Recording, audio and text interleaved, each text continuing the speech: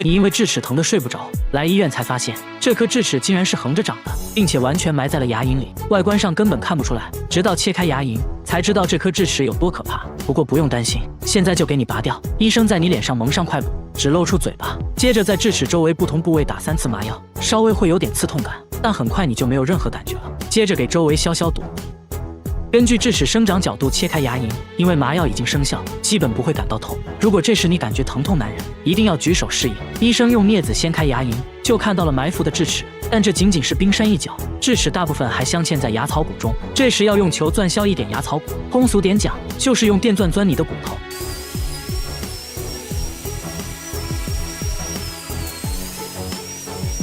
这时你感觉不到疼痛，但能听到电钻声，还能感受到电钻的震动，整个头都嗡嗡的。即使这样，也不能直接把智齿拔出，医生还要切开牙冠和牙根，把智齿一分为2，所以又需要用到钻头。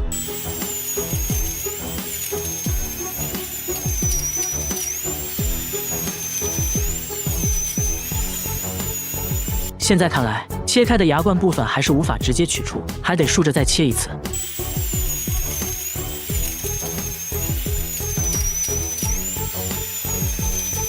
这样就很轻松地把牙冠部分取出来了。现在只剩下牙根了，由于埋得太深，还要再削一点牙槽骨。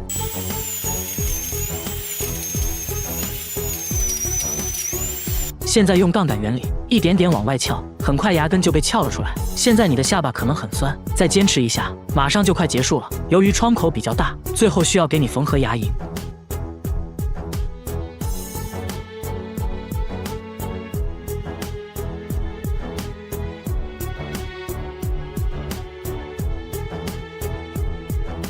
就这样打个漂亮的结，剪掉多余线头，就结束了战斗。为了让牙龈尽快愈合，你需要咬住一块纱布，保持2个小时，1周之后来拆线。期间不可以喝酒抽烟，避免激烈运动。拔掉智齿，你有没有觉得轻松了很多？你因为不好好刷牙，年纪轻轻就坏掉一颗，为了能啃骨头，即将要花2万块钱在嘴里种一颗。整个种牙过程需要持续半年左右。现在让我们来看看你的种牙血泪史。这个就是你的牙槽骨，这些大大小小的钻头都是用来在牙槽骨打孔的。刚开始钻孔要选择8毫米的小钻头，为了穿透坚硬的牙槽骨，医生调高了钻头速度。一切准备就绪，钻孔就开始了。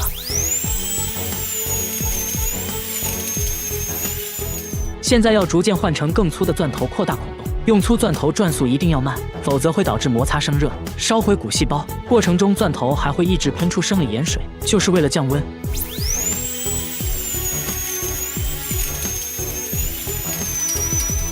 现在使用螺丝纹钻头，将孔的上端继续拓宽，这是为了让孔洞和种植体完美契合。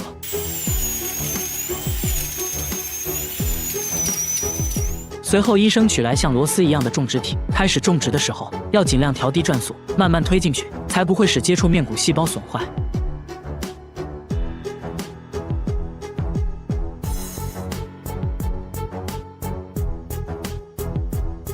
接着还需要使用扭力扳手把种植体拧紧。现在要将愈合基台连接到种植体上。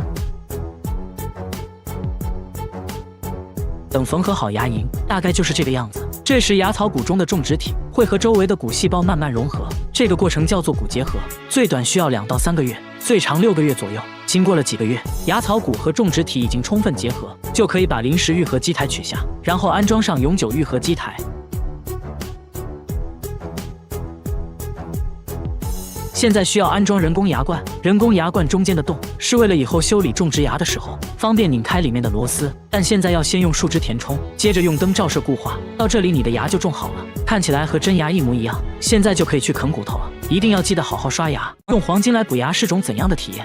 看到最后，我承认我羡慕了。等你躺平后，医生先用金刚石钻头去除腐质，腐质也就是蛀牙上的黑色物质。为了将腐质去除干净，需要在几处做好标记，沿着标记保持垂直，一点点去除。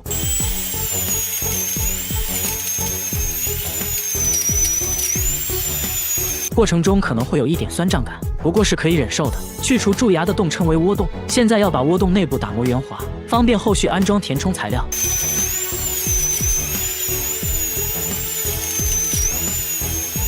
接着吹干窝洞内的水分，你这颗牙坏得很深，内部还有残留的腐质。医生换上小钻头继续去除，腐质已经靠近了牙神经，过程中要尽量小心。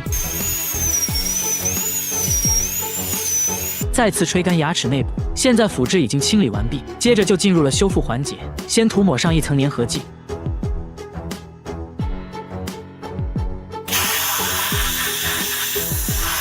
然后用灯持续照射，让胶水迅速固化，随后塞入树脂材料，再次用紫外线灯照射。等树脂固化后，还要用钻头轻轻打磨窝洞的边缘部分，使其变得光滑，这样才能使马上要安装的嵌体紧密贴合，不易脱落。接下来就要印模了，为牙齿量身定做黄金嵌体。先在窝洞里填充印模材料，对材料吹气，以便填充均匀。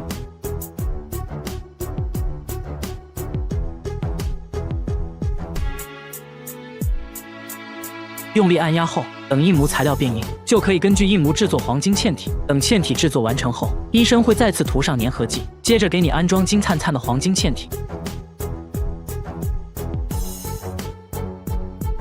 把多余的粘合剂擦干净，等它固化后，黄金嵌体就牢牢粘在了你的牙齿上，这样你又可以啃骨头了。好了，做完了，醒醒吧！你不小心磕掉了半颗门牙，说话一直漏风，天天被人嘲笑。你决定去做个修复，医生也没有让你失望，最后的修复效果足以让他们闭上臭嘴。不幸中的万幸，磕掉的部位并没有伤到牙根，如果非常严重的话，那就需要先做根管治疗。但像你这种情况，直接进行光固化树脂补牙即可。先在表面涂一层酸蚀剂，让表面变得更加粗糙一些，冲洗吹干后，涂上粘合剂，进行光照固化。接着医生取来石膏模型，制作诊断蜡型，然后系统的补牙操作就开始了。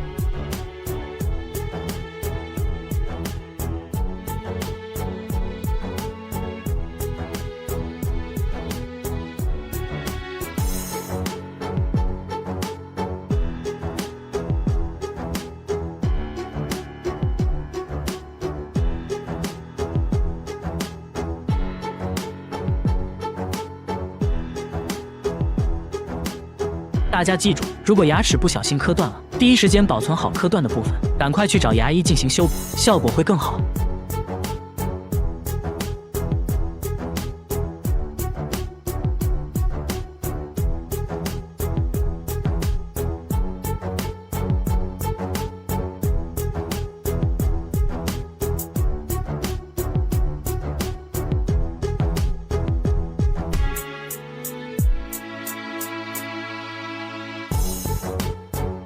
补完之后呢，医生会用车针进行表面的打磨处理，最后再对牙齿进行抛光，牙齿表面就会变得更加光滑，看上去形态也比较美观。最后取出排龈线，就大功告成了。不过以后不能啃太硬的东西，稍有不注意就有可能导致脱落。他考试交白卷，反而得到了校长的表扬，当着全校师生的面给他戴了朵大红花，原因是他成了学校唯一一个看出老师出错题目的学生。台上的阿芳一脸懵，交白卷其实是自己看不懂而已，谁都想不到他开挂的人生从此开始了。课上不小心打翻了墨水，他赶紧用衣服擦，却意外擦出了一幅意境深远的山水画，得到了绘画大赛的第1名，顺便还收获了一群小迷妹，时刻被幸运女神眷顾着，让他觉得人生毫无意义。本以为长大后运气就会改变，谁知好运反而变本加厉，随手买张彩票都能中大奖，吃个饭就成了店里第9999名顾客，莫名其妙得到了全年免费卡。阿芳不想就这样安逸的过一辈子，跑去做了房产销售。可第一天上班，找他买房的人排队都排到了公司大门口，下班随便伸手，立马就来了几辆出租车，都抢着要拉他。他彻底受够了这种开挂般的生活，感觉是上天对自己的惩罚，指着老天一顿臭骂。突然间电闪雷鸣，一个雷针就劈了下来，雷结果劈死了正在逃跑的小偷，他含泪获得了良好市民奖。阿芳非常想体验失败的快感，可天不遂人愿，生无可恋的阿芳决定出家。就在剃发前，方丈出现了，只见方丈大手一挥，他便灵魂出窍，意识开始模糊。等阿芳清醒过来，发现一切都变了。打斗地主从来就没赢过，无论跟谁打牌都被对方吊打，就连一旁的小学生都嘲笑他是个弱鸡，他却兴奋得不得了，终于体验到了失败的快感。他后背上竟然长了一个脑袋，还变得越来越大，摸起来那软软的，感觉里面好像有东西在动，但谁都不知道里面到底是个什么东西。然而医生的一句话让所有人大惊失色，直到最后把脑袋切开，才看见他的真面目。大叔说，自从多了一个脑袋，感觉自己变聪明了很多，但常常感觉后背有虫子乱钻，手臂和脖子还经常会失去知觉，心里呢会产生2种不同的声音，分别控制自己，常常会产生邪恶的念头。他怕以后无法控制自己，真的做出什么不好的事，所以呢赶紧找到了医生，来了个线上会诊。当他把衣服脱掉，这东西的个头属实把医生吓了一跳。他说这东西已经长了23年，有一次呢在野外洗澡，过了没几天就长出了这东西。刚开始呢和葡萄差不多大小，慢慢就变成了这样。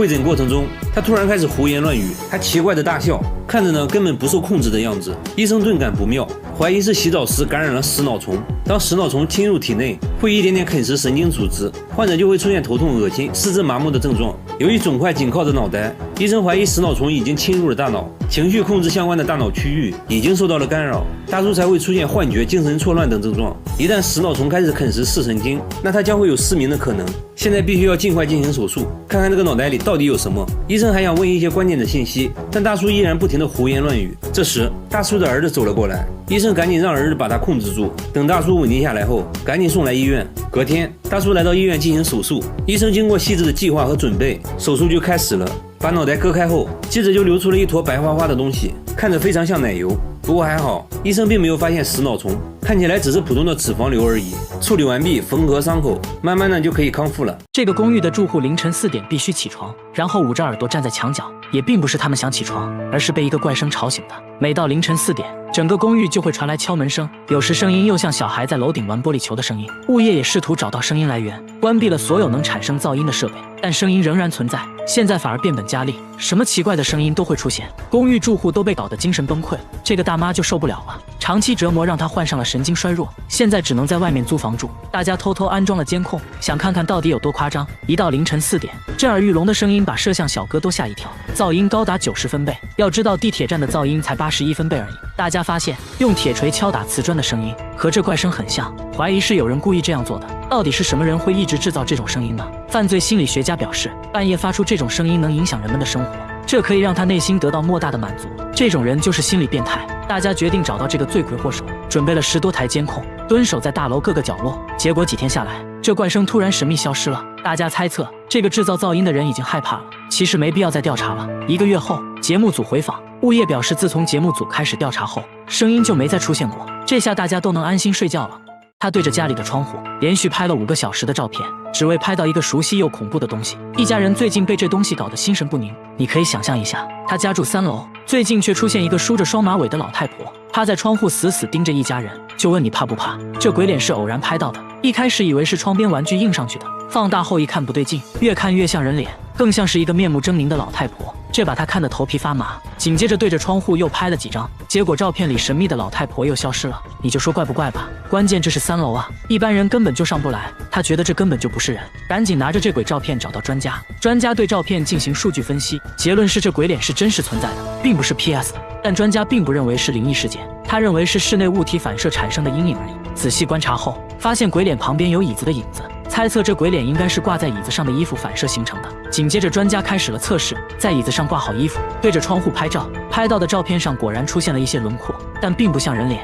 专家继续摆弄衣服，尽可能的弄出更多褶皱，就这样一直拍照测试了5个小时，终于拍出了之前的鬼脸。所以这就是一种巧合而已。他在厕所偷偷安了监控，正对着马桶和面盆，看到了让人哭笑不得的一幕。晚上等一家人睡着后，厕所就会传来咕呱咕呱的怪声，打开灯却什么都没有，窗户都安装了防盗窗，根本不可能有东西能进来。这怪异现象导得一家人精神崩溃，半夜都不敢上厕所。有次主人半夜实在尿急，蹑手蹑脚的来到厕所门口，就看到一个小黑点闪过，从面盆一水孔钻了进去。这下主人更怕了，拿着录到的声音求助专家。专家一听却笑了，给他出了一招，在水龙头上绑一条面包虫，把这东西调出来。主人壮着胆子乖乖照做，完事只需要守着监控静静等待。没一会，厕所就传来了一声咕呱的叫声，只见有个黑黑的东西在众目睽睽之下从面盆里钻了上来。仔细一看，竟然是只树蛙。难道一直发出怪声的就是它？树蛙对着面包虫若有所思，也不知道在想什么，接着一口吞了。没成想虫子绑得太紧，尝试了几次都没吃到，又灰溜溜地钻进了面盆。关键它家在9楼，这树蛙是怎么爬上来的呢？虽然树蛙会爬墙，但靠它自己是不可能爬到9楼的。楼上楼下的邻居都问过了，也没人养树蛙。专家研究半天，说树蛙只可能是从外面人为带回来的。问了一圈，主人说前段时间从乡下拿回来很多白菜，准备做泡菜。专家一拍脑袋，说树蛙很可能就藏在了白菜里，阴差阳错就蹦到了面盆里。现在重要的是赶快把它解救出来。把面盆拆下来，刚切开一个洞，树蛙就跳了出来，小小的一只，非常可爱。大家决定先暂时把它养在家里，等春暖花开时再让它回归自然。他们对着大妈的胸部 X 光片议论纷纷，都感觉不可思议，因为 X 光片显示大妈胸口竟然有根5厘米长的针，距离心脏只有1毫米。拿金属探测仪在大妈胸口一扫，仪器就会发出哔哔哔的声音。这针已经在体内存在10多年了，最近体检才发现，关于这针是怎么进入体内的，大家众说纷纭，有人说是吃东西误吞下去的，但这个说法很快就被医生否定了。通过食道很难到达现在的位置。另一个大叔说，也许是大妈做完针线活后睡着了，翻身过程中针就刺入了体内。医生说这种假设是最有可能发生的，因为胸前的软骨很容易就会被刺穿。现在针距离心脏只有1毫米，剧烈运动或者稍有不慎都可能危及生命。现在最重要的是赶紧把针取出来。在进行了全面检查后，医生表示手术过程中很有可能会发生紧急情况。医院在做好万全准备后，大妈被送进了手术室。针和静脉看起来很相似，因此很难区分。为了避免触及肺部和心脏，手术不能出现一丁点的失误。不过还好，经过漫长等待，医生成功把针取了出来，已经变得锈迹斑斑。术后大妈状况良好，看着伴随了自己10多年的针，大妈唏嘘不已。她当着医生的面，用随身携带的铁锤疯狂敲自己，边敲还边笑。敲完肩膀敲膝盖，这可是一把货真价实的铁锤啊！大叔每天就用塑料袋装着随身携带，一有时间就哐哐往身上敲，即使在门外也能听到敲打声。敲完膝盖敲肚子，敲完肚子敲敲胸，顺便敲敲胳肢窝，接着敲下巴和上巴，最后敲敲脑壳，从下往上敲了一遍。他说一点都不痛，甚至还挺爽。摄像小哥试了试，差点是试。大叔给自己这套按摩手法取名锤子疗法，说自己一身腱子肉就是这么敲出来的。锤子疗法还可以燃烧腹部脂肪，8块腹肌也是这么来的。这么看来好像真的有用，但不管怎样，大叔已经收获了一批小迷妹。这些处在更年期的小迷妹都觉得锤子疗法能消除疼痛、缓解疲劳，总之非常有用。关键还都觉得大叔很帅。但当他脱掉上衣，脊椎都被敲得通红，长了厚厚的老茧。来医院检查，发现大叔有颈椎间盘突出的问题，这是怎么回事呢？明明敲打后很舒服嘛。怕医生不信，当面拿铁锤哐哐敲了起来，敲完上面敲下面。医生表示，锤子疗法确实帮助他锻炼了手臂肌肉，但不建议继续做，很可能会加重颈椎间盘突出的问题。听了医生的话，大叔回家就把铁锤换成了按摩椅，笑嘻嘻地表示自己主打一个听劝，大家千万不要模仿哦。被母蚊子咬一口到底有多恐怖？这相当于往身上插了6把刀，他们对着伤口边吸血边吐口水，甚至还不停拉屎。下面就来看看蚊子恐怖的吸血过程。当你刚闭上眼睛，蚊子就悄悄飞到你身边，找到最容易下嘴的地方，直接就是一口老痰，进行局部麻醉。蚊子的细长嘴巴被称为口器，不到1毫米的口器竟然藏了6根针，它们各司其职。当蚊子开始吸血时，先用2根锯齿针割开表皮最外面的一层，它们非常锋利，你几乎感觉不到它的存在。2根刺血针帮忙寻找人体血管，找到血管，蚊子并不会马上就吸，而是先注射一种含酶的唾液，防止血液凝结，使血液能被顺畅吸入，然后就开始了干饭。蚊子一次可以摄入体重2到3倍的血液，为了能尽量多稀释血液，蚊子会把消化器官中的食物残渣尽量排空。它们就这样一边吐一边吃一边拉，从蚊子落到皮肤上直至吸饱，总过程约2分钟左右。就在它吸血的过程中，顺便把病毒也带到血液里，导致每年大量人死亡，蚊子也就成了世界上最致命的昆虫。其实吸血的都是母蚊子，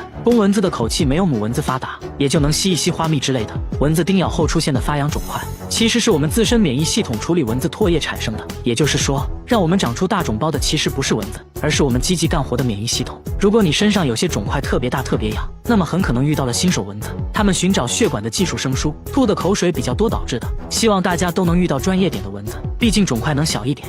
这是一种比鲱鱼罐头还要臭的食物，一般人闻一下就会吐，他们却爱到不行，平时都舍不得吃，只有招待客人的时候才会拿出来。小姐姐尝了一口，反应非常真实，这种食物就是蓝纹奶酪。这家意大利工厂仍然使用古法制作，能动手的尽量手动完成。每天早上农场会送来新鲜牛奶，一开始就要把凝乳酶和霉菌加入牛奶中，大约20分钟内牛奶就会变成凝乳，看起来像一个巨大的豆腐脑。工人用特制的工具把它分割成小块，把切好的小块装进圆形模具中，每个桶都有编号，这相当于他的身份证。接着把模具放置在温暖潮湿的环境中，每天都要来回翻转4次，来帮助凝乳沉淀。静止1夜后，奶酪成型开始腌制，机器会在奶酪表面均匀撒上一层盐，随后再次送入储藏室。储藏室里温暖潮湿，这有利于奶酪中霉菌活动。质检员会随机检查发酵情况，一般经过3天左右，就需要把它们转移到冷藏室。在这里，每一块奶酪都要被扎上100针，这是为了让氧气进入奶酪内部，使其长出标志性的蓝色纹理。时间是制作这道美食的关键，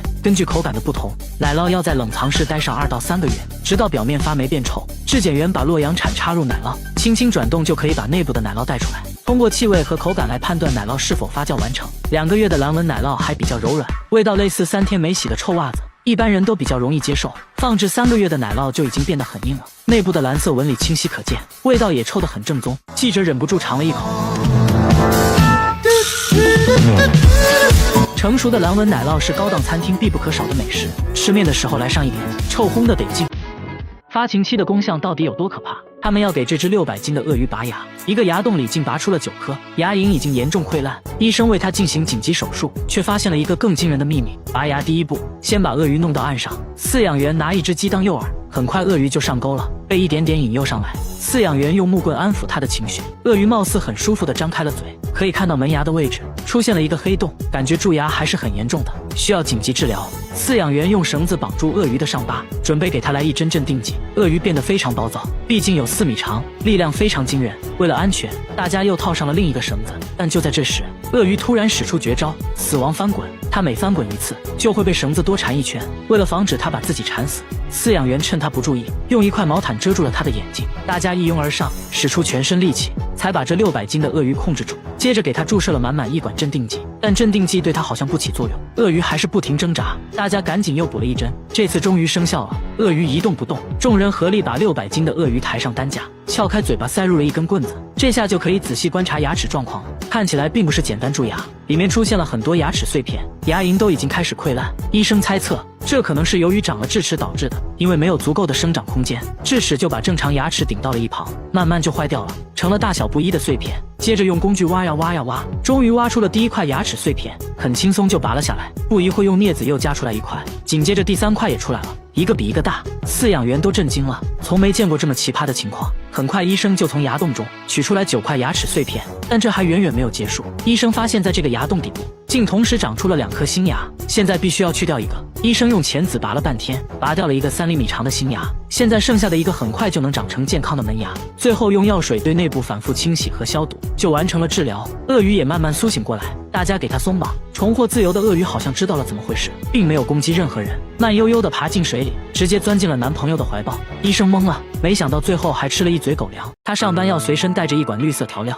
没事就赶紧拿出了舔2口，说这东西能让自己变强壮，喝水也要挤上1管，摇一摇就变成了绿色的。接着一口闷了。吃饭时他只是在海苔上放了1勺这东西，朋友们却都避之不及，都不想吃，那只好自己吃了。看起来呢非常美味。很快老板又端上来一碟，才知道这东西原来就是芥末。老板说现在只要看见他来店里，就要提前准备芥末。说话间，他在生鱼片上又放了满满1勺芥末，整个吞了下去，眼睛都没眨一下，说完全没有感觉。朋友觉得这可能是假芥末，决定尝一下，这也没什么呀，然后就这样了。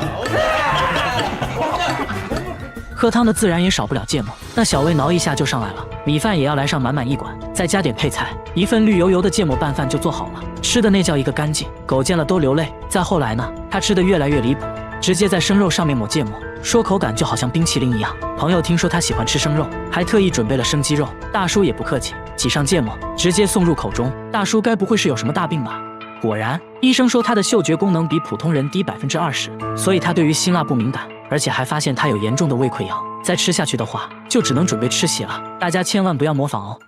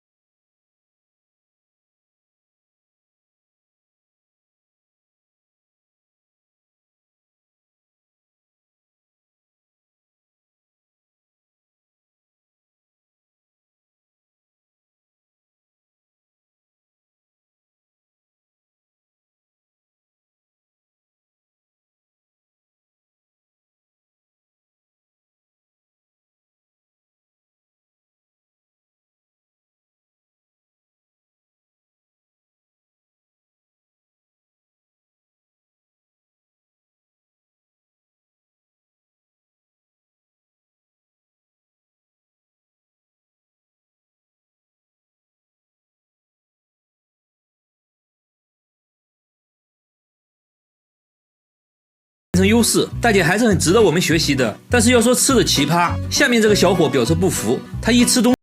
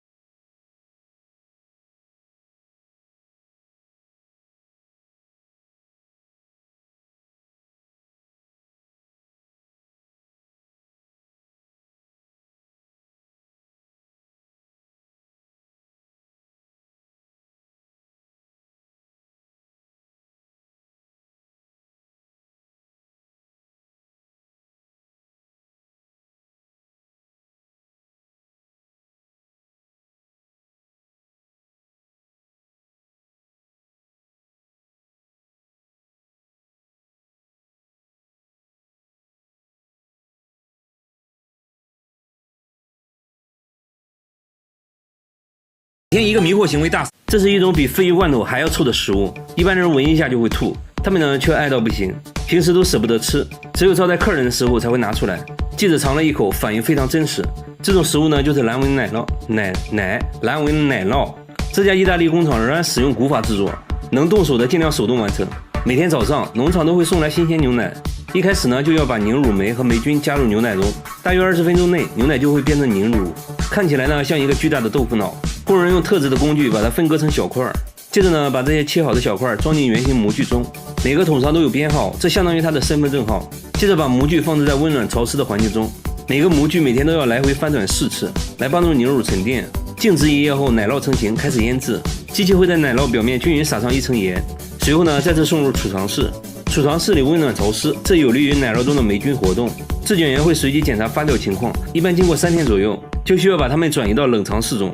在这里，每一块奶酪都要被扎上百针，这是为了让氧气进入奶酪内部，使其长出标志性的蓝色纹理。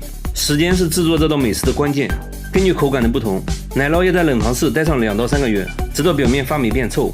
质检员把洛阳铲插入奶酪，轻轻转动就可以把内部的奶酪带出来，通过气味和口感来判断奶酪是否发酵完成。2个月的蓝纹奶酪还比较柔软，味道呢类似3天没洗的臭袜子，一般人都比较容易接受。放置3个月的奶酪就已经变得很硬了，内部的蓝色纹理清晰可见，味道呢也臭得很正宗。记者忍不住尝了尝，成熟的蓝纹奶酪是高档餐厅必不可少的美食，吃面的时候来上一点，臭烘的得劲儿。这是一种用脚踩出来的酒，好不好喝全凭脚法。这个印度家庭作坊仍然使用古法酿酒工艺，生产过程呢一言难尽，竟然还需要蚂蚁的帮助。这种酒呢就是腰果酒，也叫芬尼酒，不是很干净，但是很香。每到腰果成熟的季节，他们每天都会去捡掉落的腰果，收集完成后需要一个个的取出种子。这种生腰果可以卖给工厂进行烘烤加工，就成了我们平时吃到的干果。剩下的果肉呢就用来制作腰果酒。第一步榨汁，这是个体力活，需要家庭中的男性完成。大叔穿上裹满泥浆的靴子，站在里面就是一顿猛踩，看似杂乱无章，其实是他的独特脚法。他的脚步又快又密，保证每一颗腰果都能充分享受到足底按摩。雨靴上的泥巴很快就被果汁洗得干干净净，就这样一搅一搅，果汁混合的泥水以及汗水流进了容器里。之前他们也尝试过用其他方式榨汁，但最终发现还是用脚踩的好喝。其实呢，现在好多了，之前都是光脚踩，据说呢会有一种独特的风味。为了尽可能的榨干果汁，他们还会把果肉堆积在一起，用绳子绑起来，然后在上面压上几块石头，就这样静置1夜，挤出最后一滴果汁。剩余的果肉残渣就会拿去喂牛。收集到的果汁要先用纱布过滤一遍，去掉大块的果肉杂质，然后呢将果汁静置发酵2-3天，直到发黄冒泡。接着呢就到了最重要的一步，蒸馏。把发酵好的果汁倒入锅中，锅上面再套上一个桶，随后呢用泥巴封口。这些泥巴也不是普通的泥巴，而是来自附近的蚂蚁窝。这些泥土呢粘度大，有很好的密封性。接下来就是加热蒸馏，这一罐大约要持续加热8个小时。蒸汽通过管道进入装满水的水箱，冷却后的蒸汽就成了酒。不过现在的酒精含量还比较低，他们会将其重新倒入锅中，然后再蒸馏7个小时。就这样，经过多次蒸馏，就得到了腰果酒。腰果酒的酒精含量大约在40%左右。他们还会通过观察酒花来判断腰果酒的品质。如果气泡很大，并且可以快速散开，就说明这次酿制的非常成功。这种酒呢，在印度十分受欢迎。他们认为只有这种用脚踩出来的酒才是最好喝的，干净又卫生啊。大叔每次开车必须要带上1包白色粉末，等红绿灯就赶紧拿出来舔2口，说这东西能救命。吃饭时大叔只是喝了1碗汤，所有人都不可思议地看着他，因为他往汤里加了满满1勺的白色粉末，米饭上也加了2勺，吃得津津有味。酒足饭饱喝点水，水里竟然也加了1勺。话说这到底是啥味道呢？大叔表示非常美味，同事决定尝一下，一口下去差点被送走，才知道这粉末原来是味精。同事觉得他有病，怎么会有人喜欢喝味精水呢？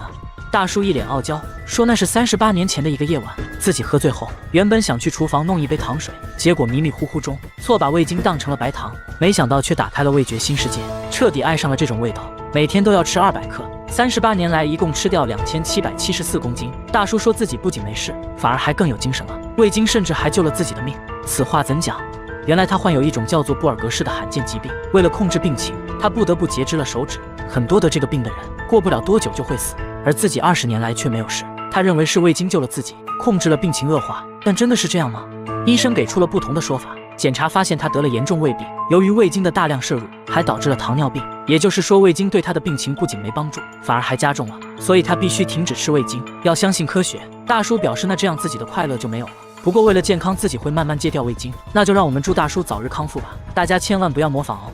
他家天花板上出现了一个诡异的洞，洞口会流出黄色液体，还经常传来奇怪的声音，洞的数量不断增加，第二天就多出来好几个，有大有小，形状各异。用内窥镜往洞里一看，却发现了一个更惊人的秘密。刚开始呢，他还以为是蟑螂，丈夫拿着杀虫剂一阵猛喷，再仔细一看，才发现是个洞。天花板上怎么会有洞呢？吓得他赶紧去找物业。物业说，30年来从未听说过这种事情，也没有别的住户反映过。物业表示他们管不了，主人现在很害怕，找来节目组。节目组猜测呢，可能是孩子拿玩具捅破的，但孩子说不是自己。现在谁还玩玩具啊？都是看手机。想想也是，就算用筷子也不能戳破天花板。随后拿内窥镜伸到里面一看，竟然发现了一坨毛发，还有很多墙纸碎片。主人还说，天花板经常传来奇怪的声音，有时咯吱咯吱的，有时呢又像玻璃球掉在了地上。难道天花板有什么生物？主人听到这里，瞬间起了一身鸡皮疙瘩，因为天花板没有出口啊，所以这东西应该还在天花板上。节目组把摄像机对准天花板，准备等它再次打洞的时候抓现行，但一直过了3天都没再出现新洞口，也没再听到奇怪的声音。没办法了，必须要请专家了。专家在壁橱里也发现了一团毛发，很明显不是人的头发，还发现了一坨便便。专家仔细观察后说，这东西啊应该就是老鼠，但他们住在7楼，天花板怎么可能会有老鼠呢？专家说一定是通过一些缝隙钻进去的，进去之后呢就被困住了，不知道怎么出来，所以才会打洞。至于最近呢都没有什么动静，专家认为老鼠已经逃走了。那它到底是怎么钻进天花板的？专家拆掉通风管道后，发现管道附近有个明显的裂缝，老鼠就是通过这个缝隙钻进来的，最后也是通过缝隙逃走的。为了防止老鼠再次进来，他们堵住了通风管道的缝隙，重新贴上了新的壁纸，一切恢复了正常。然而下面这个房子又出现了新问题，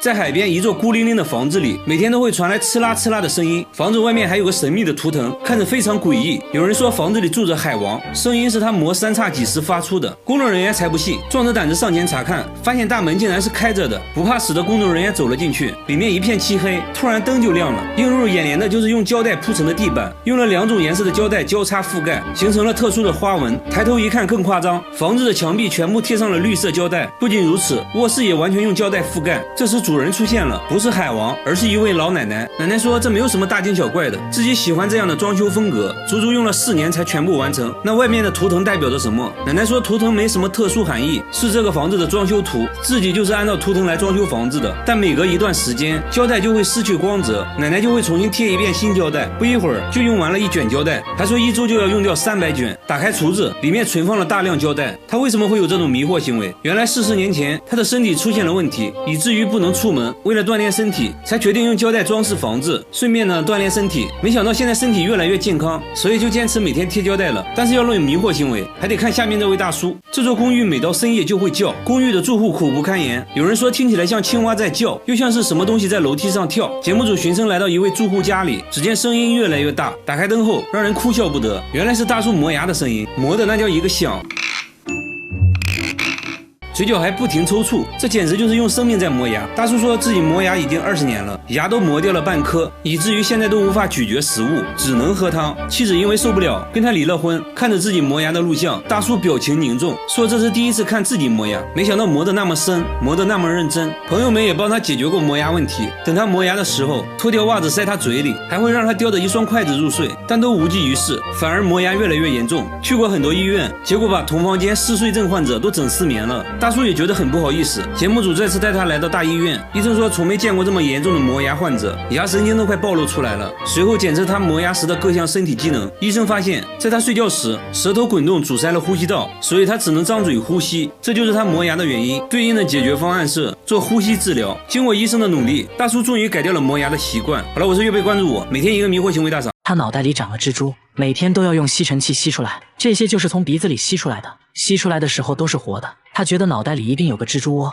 甚至还在不停地产卵。这些蜘蛛天天都在他的脑袋里面爬，把他痛苦了好几年。为了缓解疼痛，他不停地敲打脑袋，还要去碾碎正在脑袋里到处爬的蜘蛛。办法想了好多，医院都去看过了，但依然不能解决问题。长期的痛苦导致他从150斤降到了现在的100斤。他认为彻底把蜘蛛消灭的方法就是把自己火化了，和蜘蛛同归于尽。为了帮助他，大家找来了专家。专家仔细观察吸出来的蜘蛛，发现这些蜘蛛竟是不同品种的。专家还说蜘蛛根本不可能在我们体内生存，但大叔却不能接受这个观点，因为自己实实在在的能感受到蜘蛛带来的疼痛。他觉得专家根本不能理解自己，实在没办法了。大家又带他来到了大医院，经过内窥镜仔细检查，还是找不到蜘蛛的任何踪迹，然后又推他去照 CT， 片子看了半天也没有发现问题，真的是奇怪。结果没想到在他走了之后，医生却无意在片子里看到几个奇怪的白点，还真有点像一个什么东西做的窝。他回去之后症状依然没有减轻，蜘蛛反而变本加厉的折磨他，他只能猛地往身体里面灌药，在鼻子里面也涂药水，他整夜无法入睡，甚至在吸入烟雾后捂住鼻子，想把蜘蛛熏死。虽然这样自己也不好受，但是总归能让蜘蛛消停一点。不久后，医生把他请了回去，想看看他的脑袋里那个东西到底是什么。经过仪器查看，发现原来那白色的东西是他年轻的时候做颈椎手术留下的固定器，并不是什么蜘蛛窝。那蜘蛛到底是哪来的？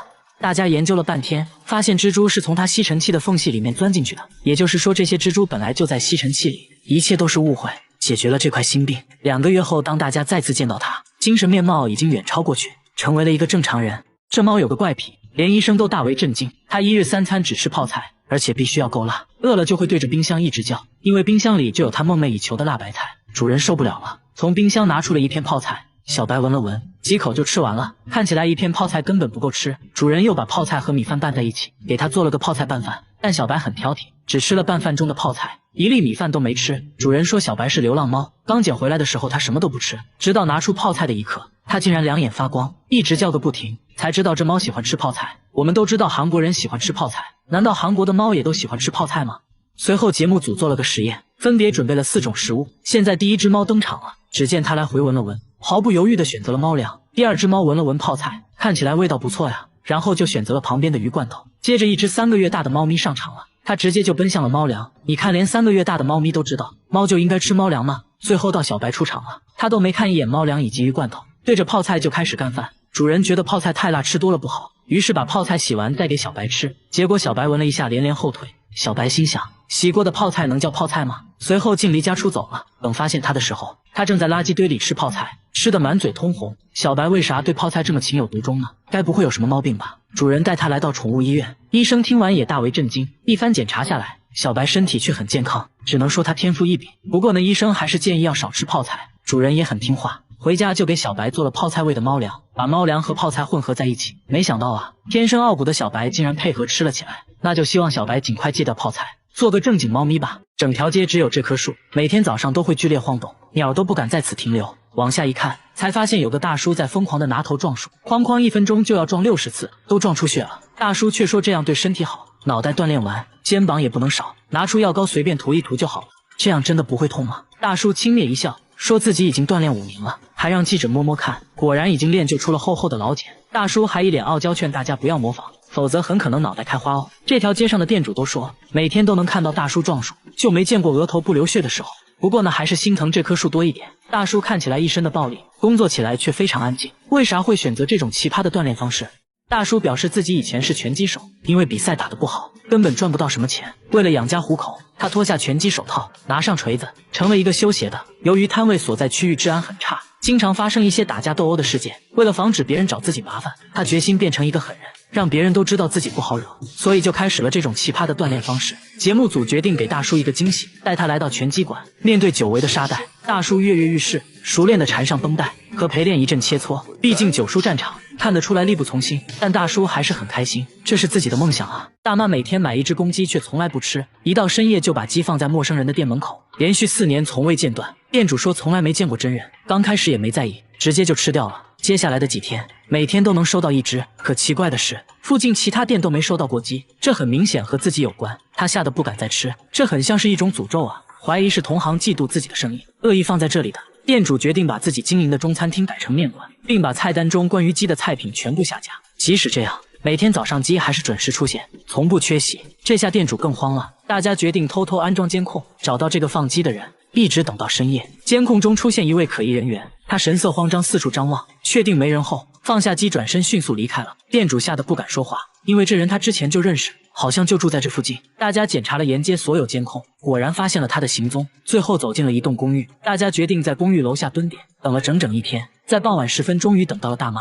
大家赶紧追了上去，质问大妈为啥要这么做，但大妈一口否认，简单丢下一句我什么都不知道，接着快速跑开了。记者一路追，大妈终于顶不住了，说出了2句让人摸不着头脑的话。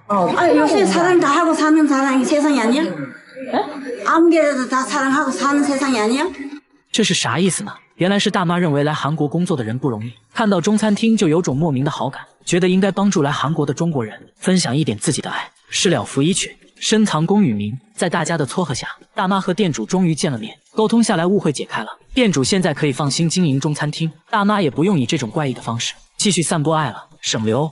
我觉得像剧本。大妈家出现了不应该出现的东西，就在她拔牙回家后，家里就凭空出现了一包牙齿，参差不齐的，足足有20颗，其中还有好几颗烂牙。牙齿是大妈整理橱柜时发现的，刚开始还以为是干燥剂，仔细一看差点吓死。这牙比正常人类的牙齿小了很多，真的是人类牙齿吗？牙医看了一眼，说不仅是人类牙齿，而且还是小孩的乳牙。一个人一般就有20颗乳牙，而这一包恰巧就有20颗，从形状上判断，应该就是同一个人的，很明显是专门收藏起来的。一听说是乳牙，大爷很不理解，因为老两口根本就没有孩子，最近也没人来过家里，那为啥会出现在自己家呢？这会不会是某种诅咒呢？随后记者在家里发现了蹊跷。10号这天，日历上标注的行程是去看牙医，大妈说那天确实去拔牙了，自己记性不好就在日历上做了标注，那会不会是她不小心从诊所带回来的呢？大妈却一口否认，大家也不确定她有没有健忘症。为了排除这种可能，接着来到牙医诊所，调出了监控，确实没看到大妈拿走任何东西。那牙齿到底是从哪里来的呢？聊天中得知，这房子是他们租的，1年前才搬进来的，而且房东就有个孩子。大家瞬间醍醐灌顶，这牙齿8成就是房东孩子的。接着联系到了房东，一问才知道，这牙齿确实是他家小孩的，当时搬家忘记拿了，一切都是虚惊一场。大叔每次做饭要先洗一盆碎玻璃，洗完再加上几勺白糖，直接就端上了餐桌，放着一桌菜不吃，他却只想吃玻璃。老婆怕他吃死了，想让大叔吃一块玻璃就上一口菜，但大叔根本不听，玻璃直接成了他的主食。一天吃的玻璃可以填满2个啤酒杯，现在还越来越离谱，上班都要带着满满一杯玻璃碴子，没事就赶紧拿出来吃一块，走到哪都带着。下班后就去玻璃店挑选零食，挑挑拣拣弄了一大袋，回家还要根据口味给他们分类，不同厚度的玻璃吃起来口感也不一样。医院的点滴瓶是他的最爱，吃起来酥脆有嚼劲，灯泡吃起来就差一点，不过呢也很爽口。记者忍不住问他，到底为啥要吃玻璃呢？没想到大叔却反问起了记者，那你为什么要吃饭？为什么要喝酒？为什么要抽烟？喊咖喱嘛，这个嚼一口非常香。